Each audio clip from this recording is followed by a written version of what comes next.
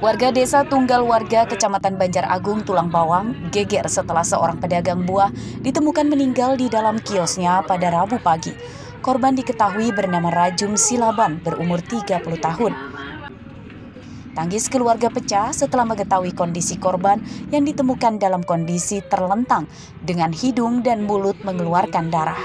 Tim Inafis Polres Tulang Bawang segera mengevakuasi korban ke rumah sakit. Majuin dulu. Nah, nggak usah Menurut aparatur desa, sebelumnya korban diketahui masih beraktivitas pada malam harinya. Warga sekitar juga tidak ada yang mendengar suara mencurigakan sampai korban ditemukan meninggal pagi harinya. Kemungkinan sekitar jam 4 dini hari, karena jam dokter masih buka. Ini tadi diperiksa oleh dokter, kemungkinan jam 4 dini hari. Berapa orang meninggal, Pak? 1 orang, Pak. Jenis kelamin laki-laki. Pak Silaban, masih bujang, Pak. Ini statusnya. Terus kemudian sekarang jenazah di mana, Mas? Jenazah dibawa ke Puskesmas kelas 1 untuk pemeriksaan jenazah. Oke. Nanti kita menindaklanjuti, kita untuk pendalaman kembali apakah ada tindak pidana atau tidak. Namun dari keterangan dokter memang seperti itu, tidak ada ditemukan tanda-tanda kekerasan, baik dari olah TKP juga tidak ada kerusakan, ya, tidak ada barang-barang korban yang hilang, berikut HP, uang dan lain-lain tidak ada yang hilang. Polisi masih menyelidiki penyebab kematian korban. Dari hasil visum sementara, tidak ditemukan adanya tanda-tanda kekerasan di tubuh korban. Korban diduga meninggal akibat serangan jantung. Mustaki melaporkan dari Tulang Bawang.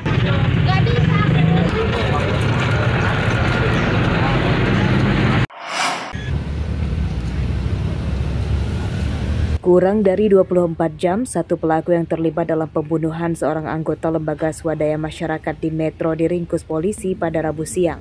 Tersangka berinisial AS, seorang laki-laki. Kasus ini belum diekspos Polres Metro karena masih dalam pengembangan untuk menangkap pelaku lainnya. Kasat Reskrim Polres Metro Ibtu Rosali mengatakan tersangka ditangkap bukan pelaku utama pembunuhan, melainkan sebagai penyebab keributan sebelum terjadinya pembunuhan tersebut. Kini masih 3 pelaku lagi yang masih diburu.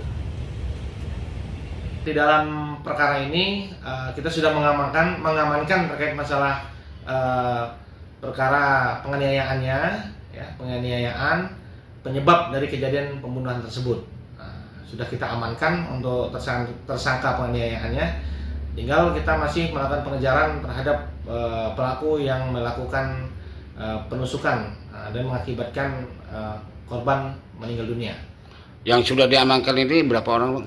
Sementara masih 1 orang, karena 1 orang itu yang terlibat dari penganiayaan mengakibatkan meninggal dunia. Menurut warga, peristiwa pengeroyokan tersebut berlangsung cepat. Korban yang menderita luka tikaman senjata tajam sempat menyelamatkan diri dengan mengendarai motor yang dibonceng seorang perempuan. Korban akhirnya tewas di jalan yang masih dekat dengan lokasi pengeroyokan diduga akibat banyak mengeluarkan darah. Nggak ngebut jalan motornya, yang cewek yang bawanya tiba-tiba jatuh teriak. Tapi kesini kejadian ini udah tujuan apa jatuh gimana? Udah jatuh. Jadi kejadiannya nggak di sini kira-kira, Mas? Nggak, ada yang ngomong di lapangan. Lapangan Iring itu. Dia emang sengaja kesini minta pertolongan karena di sini terang. Sana gelap. Sekitar jam berapa, Mas? Jam 10 kurang sekitar 5 menit.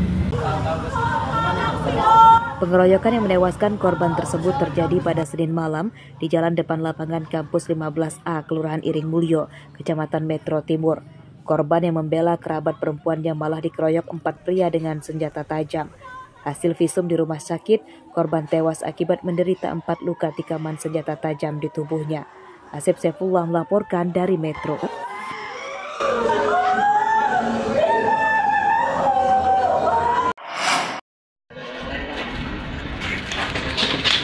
Kepemilikan senjata api ilegal di Lampung masih tinggi, di antaranya kasus yang dialami Firman Syah, pegawai honorer di Pemkab Mesuji, yang sengaja ditangkap karena senjata api ilegalnya miliknya tiba-tiba meletus dan mengenai temannya. Korban menderita luka tembak di kaki dan kemudian harus menjalani perawatan di rumah sakit. Peristiwa itu bermula dari masalah utang piutang tersangka dengan korban dan terjadi di rumah korban di Desa Wiralaga Mulia, Kecamatan Mesuji. Tersangka yang belum mampu membayar kekurangan utang sebesar Rp700.000 berniat menjaminkan atau mengagunkan senjata api rakitan jenis revolver miliknya kepada korban. Nahas senjata api tersebut tiba-tiba malah meletus saat diserahkan ke korban. Nah, pihak terlapor ini, pihak tersangka ini memiliki hutang kepada pihak korban. Pembayaran tapi dengan menjaminkan senpinya. Nah, setelah dilakukan pemeriksaan ternyata senpi yang dimiliki ini tidak memiliki izin juga, jadi sifatnya ilegal. Akhirnya kita lakukan penyidikan dan pada saat yang bersangkutan mau melakukan istilahnya menjaminkan senpinya, itu ternyata dia melakukan penembakan kepada pelapor dan kena bagian kaki, ya, bagian kakinya. Sehingga atas perbuatannya itu masuk ke dalam kategori pasal 1 ayat 1 Undang-Undang Darurat atas kepemilikan senpi dan pasal 351 ayat 2 KUHP karena mengakibatkan luka berat kepada pihak korbannya. Senjata api milik tersangka lengkap dengan pelurunya disita polisi sebagai barang bukti. Pada kasus ini, polisi menjerat tersangka dengan undang-undang tentang kepemilikan senjata api ilegal. Ancaman hukumannya 20 tahun penjara. Mustaqim melaporkan dari Mesuji. Buka belakang yuk. Buka pintu belakangnya. Ya, merapat ini aja. BPJ. Coba dibuka semua. Buka aja semua. Penyelundupan ribuan ekor burung yang melalui pelabuhan penyeberangan Bakauheni, Lampung Selatan digagalkan petugas pada Rabu dini hari. Ribuan burung yang diangkut dengan truk box ini berasal dari Kayu Agung, Sumatera Selatan dan akan dikirim ke Balaraja, Banten. Pengemudi truk bernama Usman dan agen angkutan yang mengawal pengiriman ribuan burung bernama Ridwan ditangkap. Keduanya menyatakan telah sering menyelundupkan burung dari Sumatera ke Jawa. Bahkan dalam sepekan bisa hingga 3 kali menyelundupkan burung dengan kendaraan berbeda-beda. Satu minggu itu 2 kali, kadang 3 kali, kadang lewat 1 minggu. Kok bisa berhasil terus itu ngirim gimana, Mas? Ngelabuhinnya, Mas? Saya kan tahunya sudah dititip di sana. Oh, udah tahunya di BBJ. Kalau di BBJ itu biasanya ditutupin pakai apa? Ada ditutupin nggak truknya? Ya kayak gitu. Langsung? Semua isinya burung? Ya kayak gitu, ditutup titik doang, nggak tahu apa-apa. Nggak pakai muat yang lain?